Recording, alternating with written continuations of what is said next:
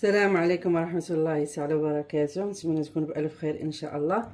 اليوم بغيت نشارك معكم واحد الكيك بالشوكولاتة بحجم عائلي كيجي أكثر من رائع. نبداو على بركة الله. عندنا هنايا 3 المعالق ديال الكاكاو ولا نص كاس باش غتعبروا المقادير. من الأحسن يكون الكاس كبر من ديال العنبة.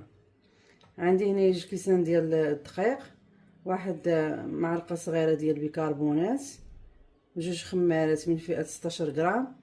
عندي هنا كاس ديال الحليب، كاس ونص ديال السنيده، مع كاس الا ربع ديال الزيت. عندنا هنايا 4 البيضات مع واحد الرشه ديال الملح مع فاني سائل ولا ساشي اللي عندكم.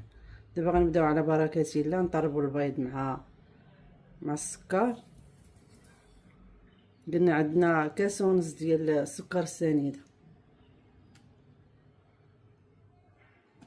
هنا غناخدو الطراب نطربو البيض حتى يتضاعف الحجم ديالو.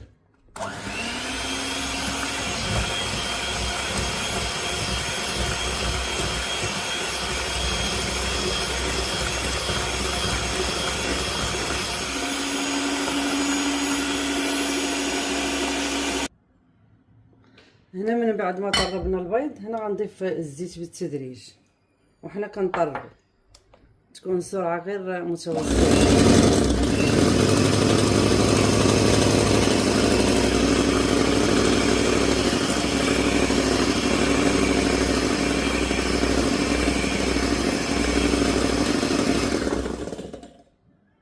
دابا غنضيف الحليب،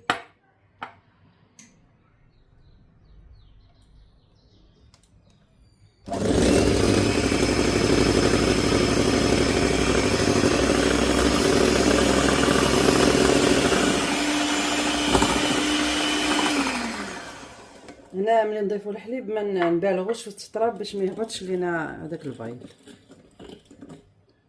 دابا غنضيفو النواشف،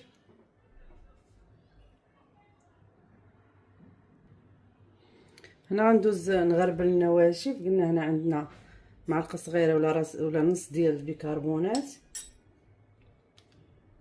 2 خمارات من فئه 16 غرام،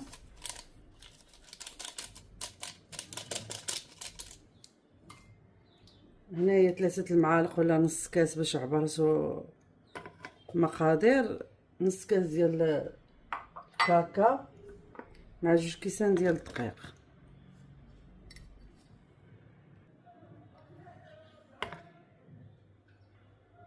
صافي هنا غنغربلو النواشف.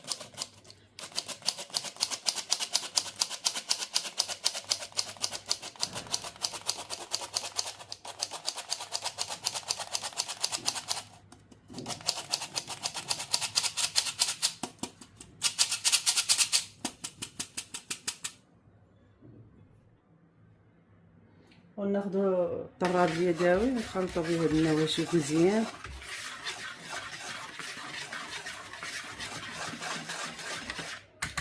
صافي ونضيفو عليهم هاد السوائل.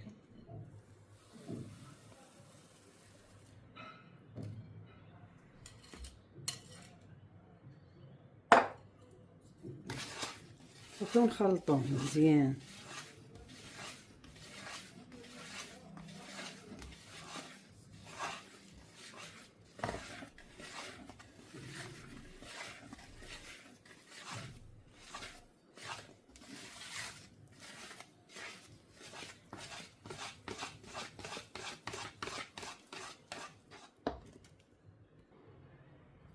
هنا من بعد ما خلطنا النواشف مع السوائل غنضيف واحد الاضافه.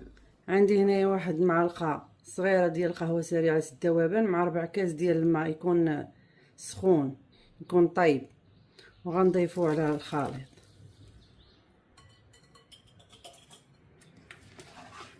هذا الماء سخون كيخلي الكيك يجي اسفنجي بزاف.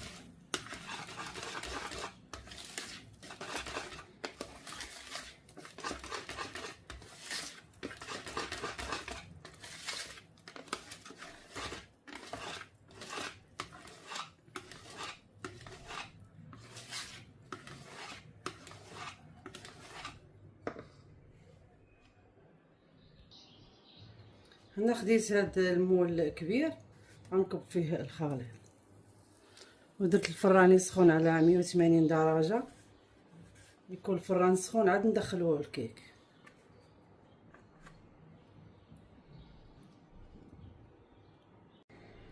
هنا من بعد ما طاب لينا الكيك، شوفوا ما شاء الله كيجي اسفنجي. هنا وجدت واحد الكريمه، عندي كاس ونص ديال الكريمه مع 2 معالق ديال الجبن كريمي مع واحد فلون كبير ديال الكراميل. طربتهم مزيان وغنزين بهم الكيك.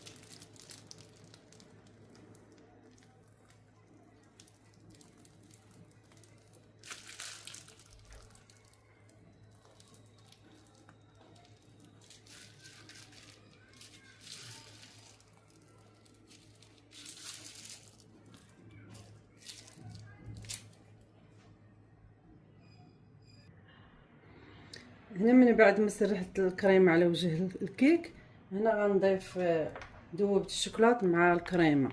كيبقى التزيين اختياري، ما كنتقيدوش بهاد المقادير كاع تقريبا. اللي بغى يجرب على هاد الشكل يجربها.